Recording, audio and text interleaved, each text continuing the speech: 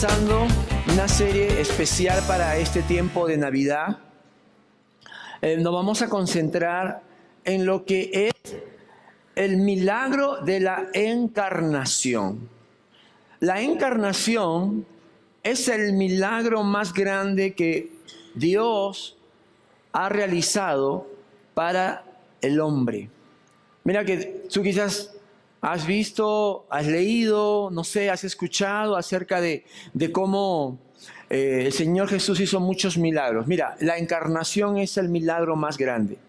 La encarnación, el hecho histórico de Dios venir a nuestro mundo, es el milagro más grande y lo vamos a estudiar semana a semana. Hoy vamos a ver el propósito. ¿Por qué razón Dios envió a su Hijo y el mismo Dios tomó forma de hombre? La próxima semana vamos a hablar en sí del milagro, en qué consistió esa concepción virginal, la obra del Espíritu Santo, la disposición de María para ser el instrumento de Dios. Y cada semana vamos a ver también los resultados de la encarnación. Es necesario porque cada vez se toma más la Navidad como una celebración social.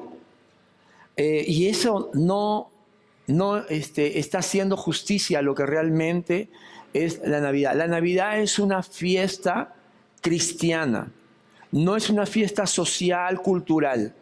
Es una celebración que expresa nuestra fe en lo que Dios ha hecho por nosotros.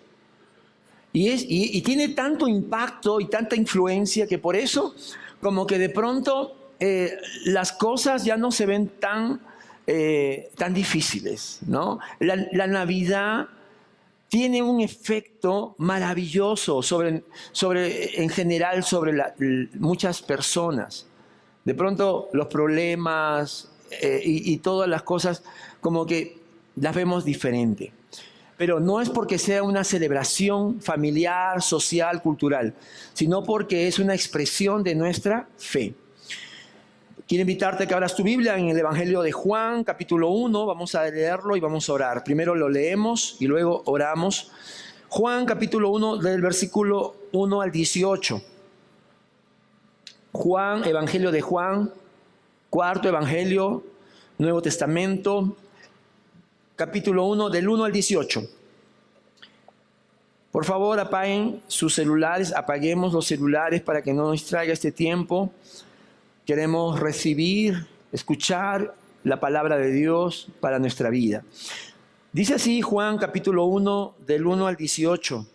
En el principio ya existía el Verbo, y el Verbo estaba con Dios, y el Verbo era Dios. Él estaba con Dios en el principio. Por medio de Él todas las cosas fueron creadas. Sin Él nada de lo creado llegó a existir. En Él estaba la vida, y la vida era la luz de la humanidad. Esta luz resplandece en las tinieblas, y las tinieblas no han podido extinguirla. Vino un hombre llamado Juan. Dios lo envió como testigo para dar testimonio de la luz, a fin de que por medio de él todos creyeran. Juan no era la luz, sino que vino para dar testimonio de la luz. Esa luz verdadera, la que alumbra a todo ser humano, venía, ¿a dónde?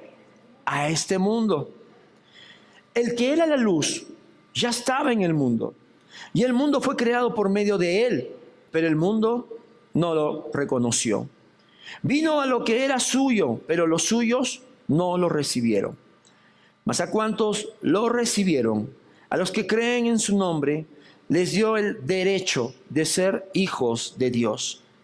Estos no nacen de la sangre, ni por deseos naturales, ni por voluntad humana, sino que nacen de Dios.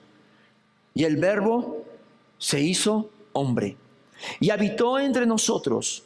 Y hemos contemplado su gloria, la gloria que corresponde al Hijo unigénito del Padre, lleno de gracia y de verdad. Juan dio testimonio de él y a voz en cuello proclamó: este es aquel de quien yo decía, el que viene después de mí es superior a mí porque existía antes que yo. De su plenitud todos hemos recibido gracia sobre gracia, pues la ley fue dada por medio de Moisés, mientras que la gracia y la verdad nos han llegado por medio de Jesucristo. A Dios nadie lo ha visto nunca. El Hijo unigénito, que es Dios y que vive en unión íntima con el Padre, nos lo ha dado a conocer. Tú eres un Dios que se revela. Tú no eres un Dios que se esconde. Tú no eres un Dios que habita en tinieblas, sino habitas en luz, en verdad. Y tú has querido darte a conocer por medio de tu Hijo, por medio de tu palabra. Y ahora que somos, Señor, parte de tu familia, queremos ahondar, queremos más de ti. Usa este tiempo, Señor. No es cualquier tiempo, es tiempo contigo, con nuestro Dios Salvador, con nuestro Padre, como familia. Señor, queremos que tu palabra sea hoy clara, que sea precisa. Dios, que dé vida, que fortalezca, que también, Señor, corrija. Y te pedimos todo esto, no en nuestros méritos, sino en los méritos de tu Hijo, Jesucristo. Amén. Cuando nosotros miramos los evangelios, los 4 evangelios que tenemos en el Nuevo Testamento, vemos que los 3 primeros tienen bastante similitud. Los primeros capítulos de Mateo, Marcos y Lucas se registran la historia de la venida de Jesús, algunos desde la anunciación del ángel a María, otros desde Juan el Bautista. Pero Juan, el discípulo amado de Jesús, empieza su evangelio de una manera, yo diría, muy radical, muy frontal, profunda. ¿Y por qué? ¿Por qué hizo eso Juan? ¿Por qué su primer capítulo es teológico, es profundo, descriptivo acerca de quién era Jesús? Bueno, la razón de eso está en el contexto histórico. Cuando Juan servía como pastor en Éfeso, había un hereje llamado Cerinto. Cerinto aparentemente fue parte de la iglesia por un tiempo, pero luego él empezó a desviarse de la verdad. Herejía en griego significa desviación. Y por ejemplo, Cerinto enseñó que Jesús no fue más que un hombre. O sea, Jesús era un simple hombre, hijo de José y María, y que más bien era un hombre muy justo, muy piadoso, que cuando se bautizó por Juan el Bautista, en ese momento, según Cerinto, no lo dice la Biblia, es la herejía de Cerinto, vino el Espíritu del Cristo en forma de paloma, y que eso fue lo que él recibió por esa obediencia. Pero cuando Jesús fue apresado, iba a ser llevado a la cruz, entonces ese espíritu del Cristo se fue de él. Y quien murió entonces en la cruz fue un simple hombre llamado Jesús. Eso es la herejía de Cerinto. Para Cerinto, Jesús no era más que un hombre piadoso, buen intencionado, que finalmente en la cruz murió. Y eso puede estar pasando en estos días donde tenemos la palabra, la revelación, tenemos tanto conocimiento. Déjame decirte que sí, porque algunos piensan que quien murió en la cruz fue solamente fue Jesús hombre, pero Jesús no solo era hombre, era también Dios. A veces pensamos también en la Navidad, ¿no? Cuando ponemos ahí la decoración, tenemos ahí el pesebre, y cuando tomamos el niño, decimos, es el niño Dios, ¿no? Pareciera como si solamente fuera un hombre. Cerinto fue un hereje. Dice Ireneo fue un apologista muy conocido. Él escribe que en una oportunidad Juan en Éfeso fue a uno de esos baños donde era lo convencional. Todos los hombres iban a los baños termales, y dentro de ese baño estaba Cerinto. Entonces dice Ireneo que Juan salió disparado de este baño y decía: huyamos, no sea que los baños se derrumben, porque Cerinto, el enemigo de la verdad, está dentro. Me llama la atención el celo que tenía el apóstol Juan, el celo que tenía cuando escuchaba que se estaban desviando de la verdad de quién era Jesucristo. Y dice Ireneo inclusive de que Juan el Bautista quería arrancar el error de Cerinto proclamando el Evangelio. De eso se trata. Hoy vamos a ver qué dice el Evangelio, porque para poder corregir las mentiras necesitamos y tenemos la palabra de Dios, el Evangelio de Dios. Pero no solamente Cerinto fue un opositor a Juan y a la iglesia, sino que también, terminando el primer siglo, apareció también la herejía docetista. La herejía docetista o el docetismo es el lado contrario.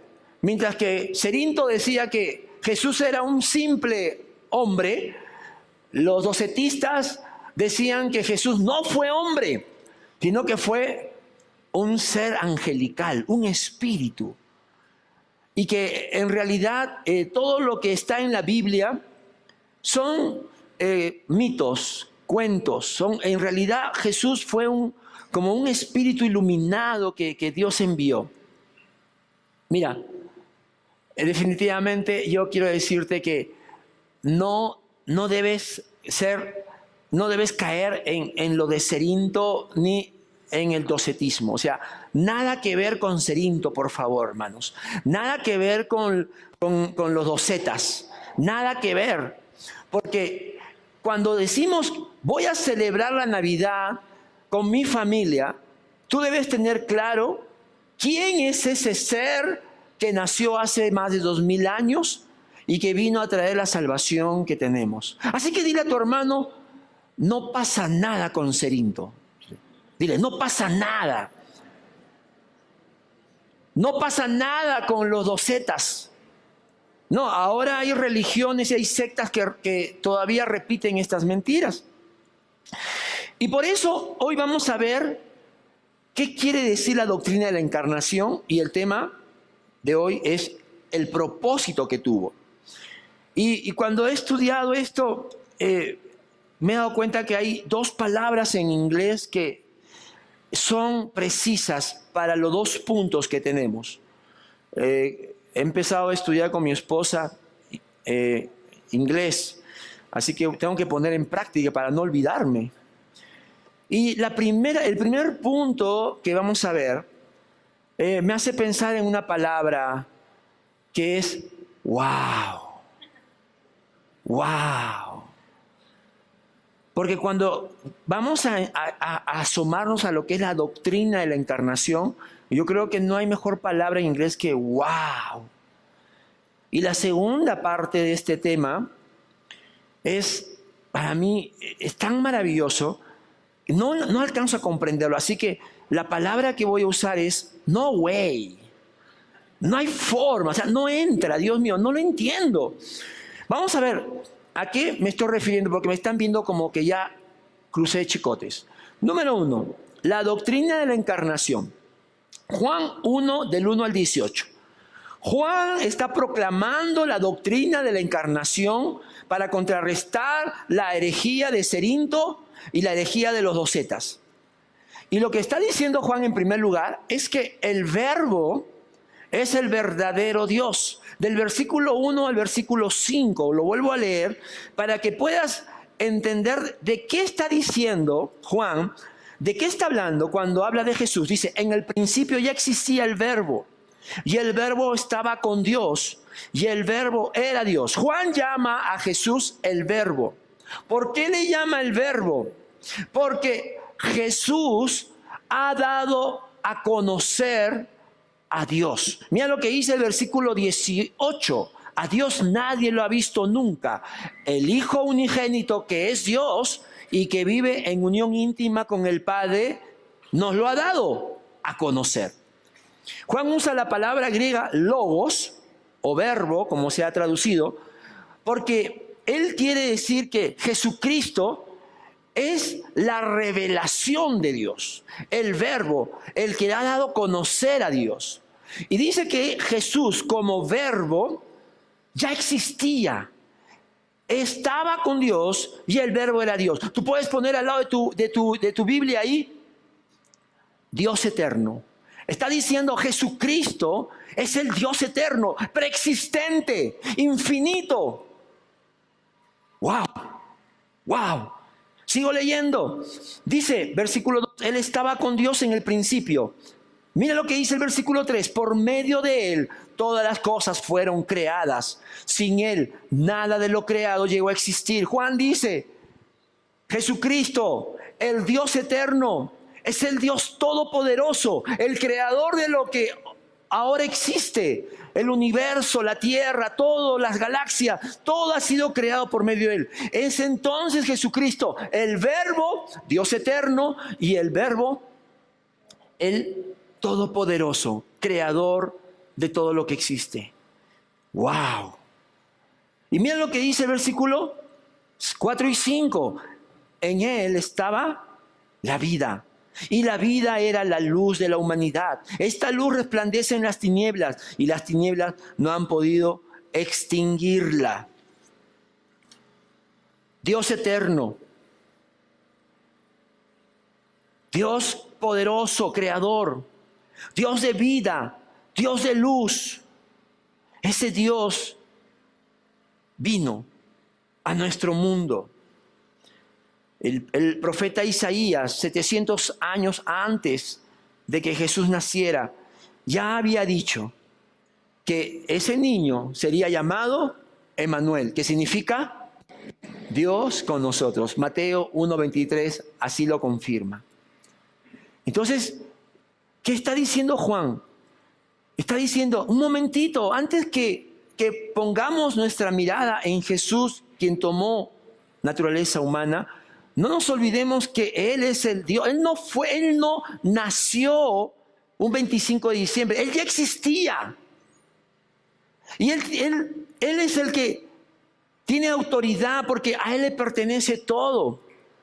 Hermanos, amigos, por favor, cuando hablamos de Navidad, cuando hablamos de nacimiento, estamos hablando de la encarnación. La encarnación es la doctrina que dice que el Dios eterno, sobrenatural, omnisciente, omnipotente, tomó forma humana. Por eso también Isaías, en el capítulo 9, versículo 6, escribió, porque nos ha nacido un niño, se nos ha concedido un hijo. La soberanía reposará sobre sus hombros y se le darán estos nombres, atención, consejero admirable, Dios fuerte, Padre eterno, príncipe de paz. Ese ser que nació hace 2000 años, que vino a este mundo, es el verdadero y único Dios eterno. El único, todopoderoso Dios eterno. Pero sigo con el pasaje de Juan, porque ahí no queda. Yo te he dicho que toda esta parte es wow, es bastante. Lo segundo que dice Juan es que este verbo es también verdadero hombre. Mira lo que dice el versículo 14. Estamos un poquito abreviando por el tiempo, pero el versículo 14 dice, y el verbo se hizo hombre y habitó entre nosotros. Y el verbo se hizo hombre y habitó entre nosotros. ¿Sabes qué significa esto? Significa que el Dios eterno de pronto toma forma humana y se vuelve un ser temporal. El Dios todopoderoso, Rey de reyes, que tiene autoridad porque Él creó todo, de pronto es un hombre limitado en sus fuerzas, como cualquiera de nosotros. El Dios que es vida, luz, omnisciente, todo lo sabe, de pronto como nosotros empieza a aprender, a crecer, a madurar. La Biblia dice, y Jesús crecía en sabiduría y en gracia para con Dios y los hombres. ¿Sabes cómo le llama la Biblia a esta gran verdad? Le llama la humillación del Hijo de Dios. Sí. ¿Por qué se le llama la humillación? Porque voluntariamente Jesucristo toma naturaleza humana, débil, y se sujeta al sufrimiento, a la muerte. Algo que como Dios, como verbo, Él no está limitado. Pero por amor a nosotros, Él se humilla con una gran diferencia importante, sin pecado. Porque como vamos a ver la próxima semana, Él fue concebido por el Espíritu Santo, no por José. Y allí Él se libra de heredar esa influencia del pecado y se mantiene en santidad. Bien dijo el apóstol Pablo a los Filipenses, capítulo 2, en adelante, versículo 5 en adelante, la actitud de ustedes debe ser como la de Cristo Jesús, quien siendo por naturaleza Dios, no consideró el ser igual a Dios como algo a que aferrarse. Por el contrario, se rebajó voluntariamente, tomando la naturaleza de siervo y haciéndose semejante a los seres humanos. Y al manifestarse como hombre, se humilló a sí mismo. Esa es la doctrina de la humillación del Hijo de Dios. Y se hizo obediente hasta la muerte y muerte de cruz. Aquí hay una verdad que tenemos como cristianos que comprender y enseñar. Jesús no dejó de ser Dios. Su naturaleza divina no la perdió, sino que Él decidió voluntariamente vivir en nuestro tiempo como hombre. No usó los recursos que Él tenía porque Él no podía dejar de ser Dios, hermanos, por favor. Él no puede negarse a sí mismo. No es que dejó el trono de gloria y dejó sus poderes y dejó su omnisciencia ahí en el cielo y acá vino y vivió como un hombre sencillo y mortal. No, Él seguía siendo verdadero Dios y verdadero hombre, pero Él se humilla dejando de usar esos atributos para vivir como uno de nosotros. Su perfecta obediencia la logró como Dios. Por eso decimos que el Dios eterno se hizo hombre. ¡Wow! Por amor, por obediencia. Esto es lo que dice el Evangelio. Y les confieso que solo se puede entender por la ayuda del Espíritu Santo, que nos da la fe para entenderlo. Porque esto es el milagro más grande que Dios ha hecho, mi hermano. No es el Mar Rojo, no, olvídate de eso. Es Él viniendo, tomando la forma de hombre. Y lo tercero que dice Juan en este pasaje, y quiero que veamos, es que este Dios hombre, Jesucristo, no vino con ínfulas de creerse superior, ¿no? Como que todo le apestaba. Hay gente que todo le apesta, ¿no? Hay gente que viene con esas ínfulas.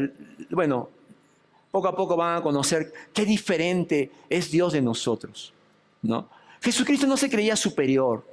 No decía, no, por favor, yo soy otro level. No.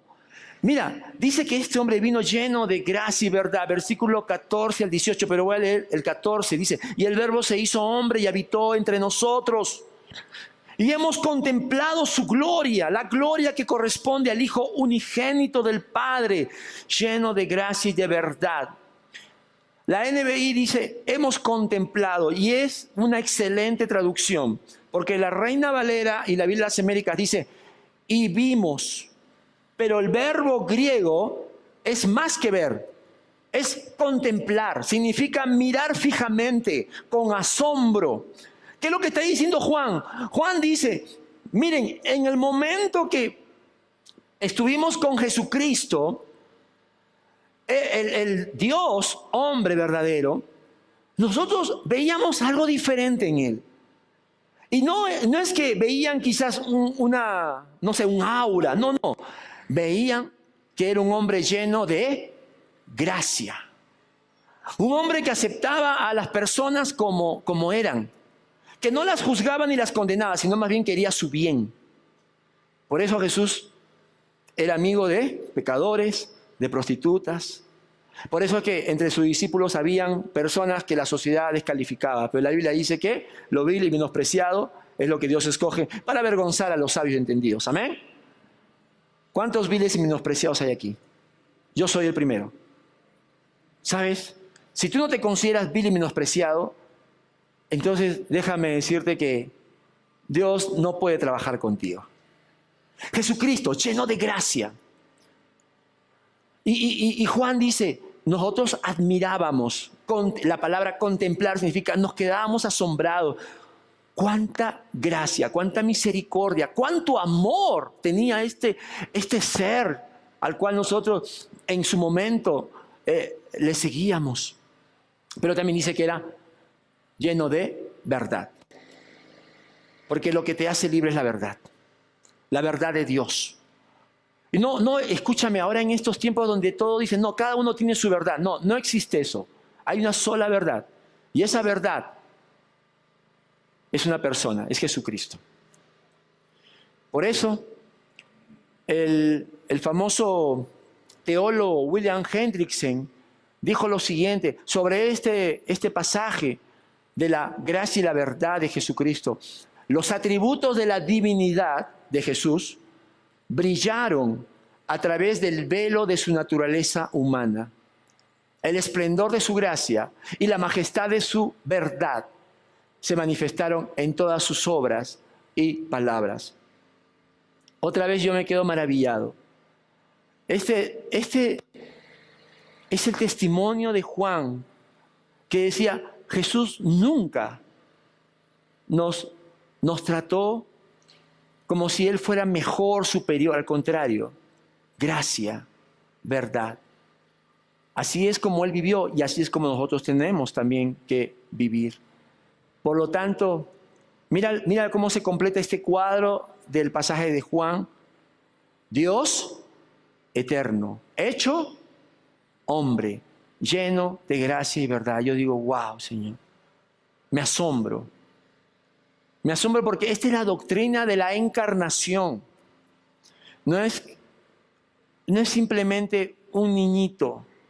No, es el Dios infinito que estaba allí humillándose por amor a nosotros. Y ahora viene la segunda parte, que yo te digo que es la que no entra en mi lógica humana. ¿Por qué, Señor, lo hiciste? ¿Cuál era la razón? El propósito. El propósito. ¿No podías acaso tú enviar, no sé, a uno de tus ángeles y decir, ya, mira, tú, no sé, Gabriel, ve a la tierra y muéstrales que yo existo? No, tenía que venir el mismo Hijo de Dios. ¿Por qué no enviaste un emisario? ¿Por qué tenía que ser tu propio hijo? Porque Dios lo van a matar. Porque Dios ya sabe todo, lo sabe todo, sabía lo que íbamos a hacer. Como dice Juan, a los suyos vino y los suyos no lo recibieron.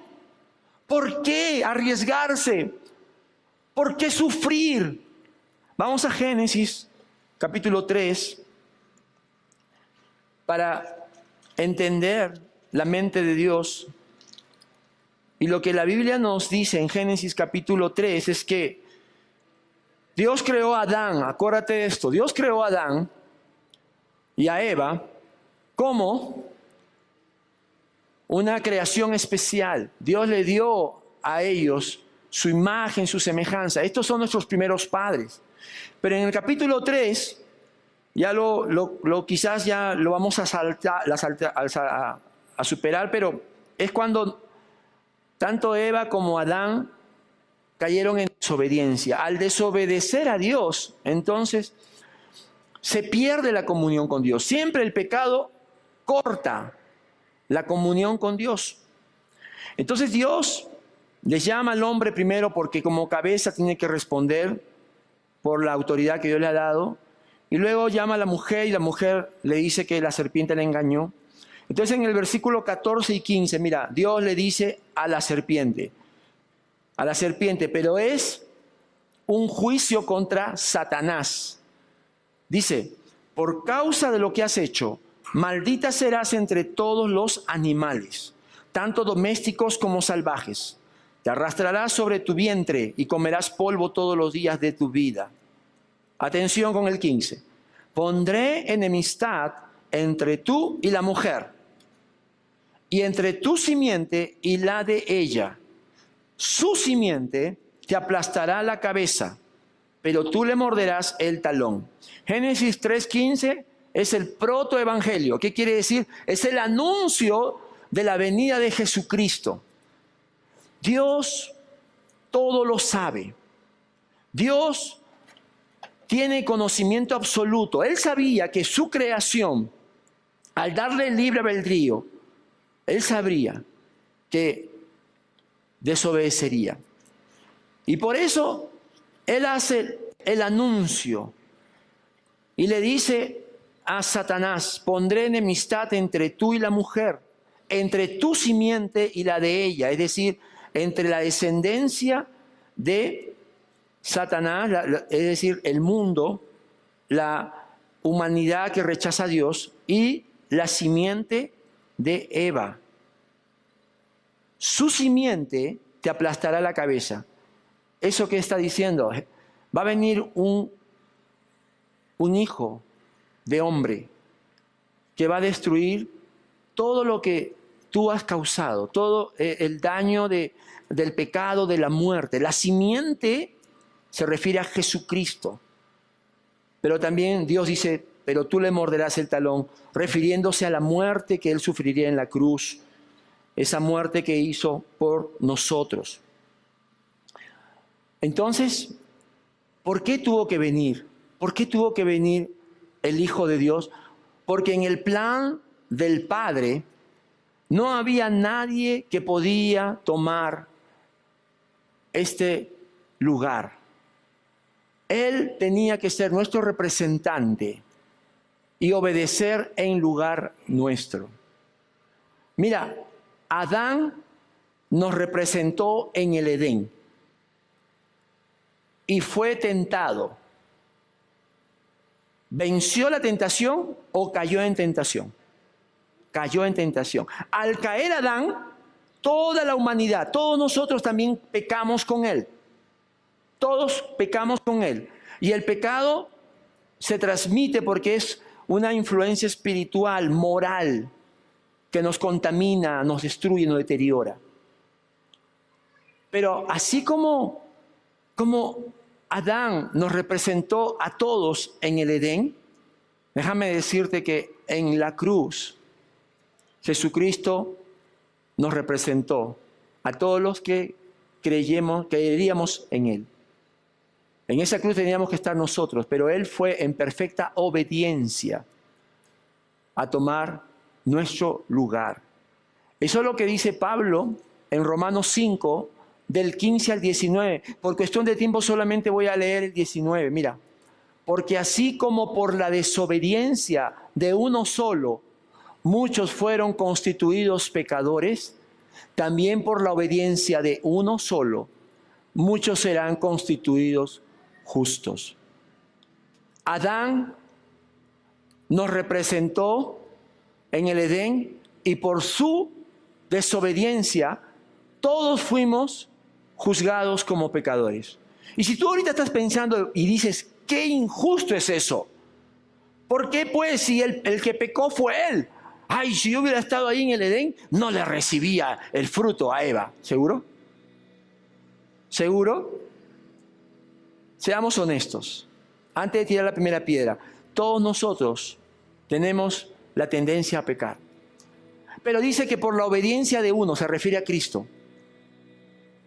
uno solo, muchos serán constituidos justos. Si tú crees que Dios es injusto porque te imputa el pecado de Adán, piénsalo 2 veces, porque ese Dios a quien tú estás juzgando, ese Dios, por la obediencia de Jesucristo, te considera también justo y santo. Amén. Así que no pienses que Dios es injusto. Al contrario, su gracia es mayor que nuestros pecados. Él es el postrer Adán. Él es el segundo y último Adán. Todos cuando nacemos como familia de Adán, porque pertenecemos a la naturaleza humana. Pero cuando tenemos a Cristo en nuestro corazón, somos parte de una nueva humanidad. Es la humanidad regenerada. Es la humanidad de la familia de Dios, donde la cabeza es Cristo y donde su justicia es impartida a todos nosotros. Aunque nosotros pequemos por ser hijos de Dios, ya Dios nos ha perdonado por la sangre de Cristo. Todos nuestros pecados cometidos en el pasado, en el presente y en el futuro han sido perdonados, limpiados por la obediencia de Jesucristo al ir a la cruz y ofrecerse en representación mía y tuya. Amén. Ese es lo maravilloso.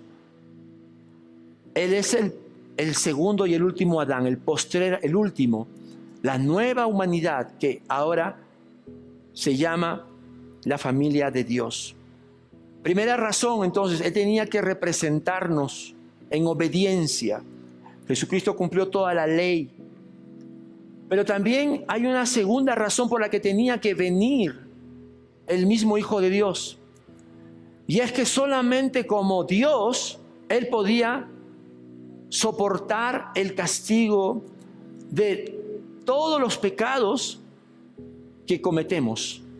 Él tenía que morir en su lugar, pagar la pena que debíamos al Padre. Ninguno de nosotros podemos pagar, por más que querramos, quizás una deuda si no tenemos dinero.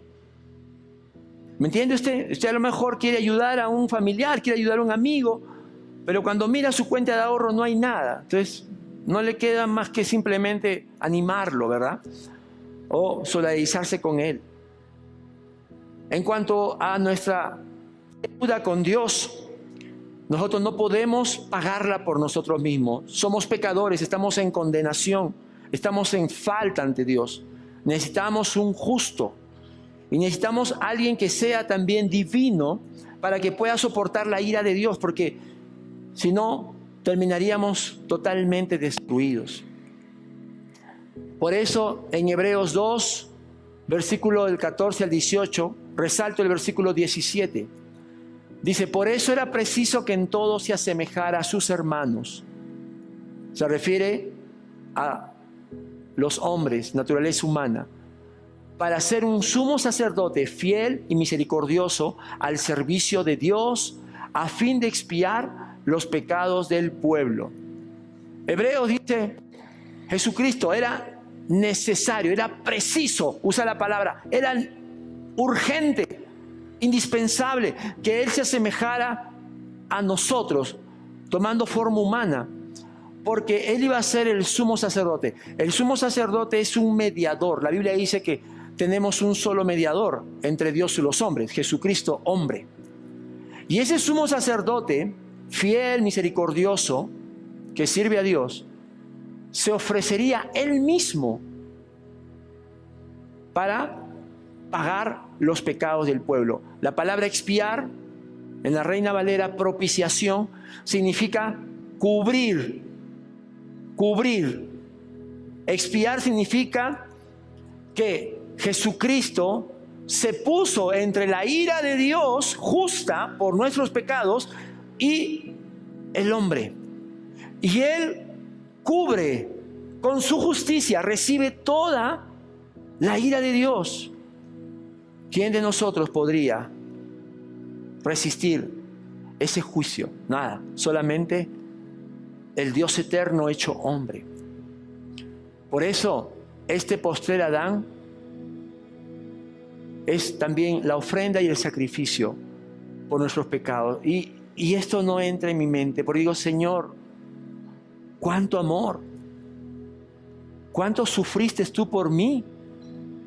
Realmente la salvación que me has dado, Señor, todo lo has hecho tú. Oh, enviaste a tu Hijo, Jesucristo, el Espíritu Santo te concebió. Jesucristo vino en obediencia. Mira, la Trinidad estaba involucrada en este plan de salvación.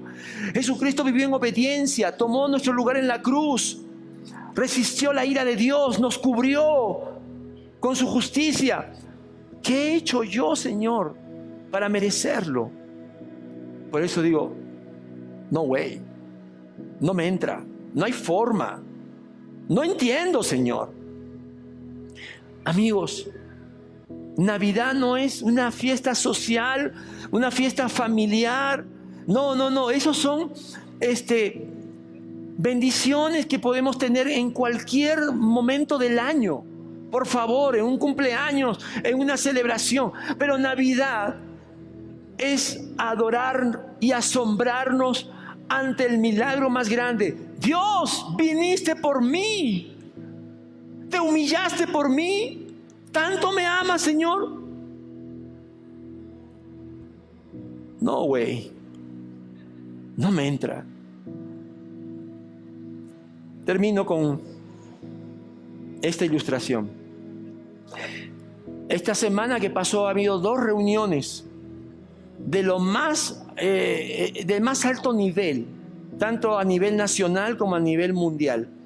Esta semana se reunieron los más altos ejecutivos de Perú, el CADE. ¿Han escuchado hablar del CADE? Empresarios, grandes hombres de negocios. Ahí estaban conversando sobre la economía. Y seguramente si a uno de ellos tú le decías, ¿conoces a Arcadio? Ellos se hubiesen mirado, ¿no? Los grandes financistas. Arcadio, que tiene algún banco, tiene alguna empresa. No me conocen ninguno de ellos. Yo no podría entrar a su reunión. Para poder entrar al CADE, ¿sabes? Quizás, y participar, bueno, sé que venden entradas, todo, pero tendría que ser un empresario, tendría que ser conocido por ellos, un círculo o recomendado, ser un hombre de empresa exitoso. No way, no hay forma. Pero la otra reunión que hubo fue en Argentina, el G20. ¿Escucharon hablar del G20? El G20 es la reunión de las 20 economías más ricas y poderosas de nuestro mundo. Estados Unidos, Canadá, Alemania, Inglaterra, Corea. Algún día estará Arequipa, tranquilos, algún día. Las 20, ese camisetero. Las 20 economías más poderosas que dominan el sistema financiero mundial. Y seguramente si alguien le decía a Donald Trump, no sé, ¿conoces? ¿Do you know? Arcadio. Donald Trump hubiera dicho, no way. ¿Quién es Arcadio? Para yo participar de esa reunión de gente poderosa, tendría que ser un presidente, no sé, de Arequipa, de alguna nación rica. No hay forma, no puedo participar en esa reunión tan grande. Pero ¿sabes lo que me dice el Evangelio? ¿Sabes lo que me dice la Navidad? Que yo no puedo entrar a esas reuniones de gente tan famosa. Pero que Dios, el Dios eterno, me ha abierto un camino a través de la sangre de Cristo. Y Él sí me conoce.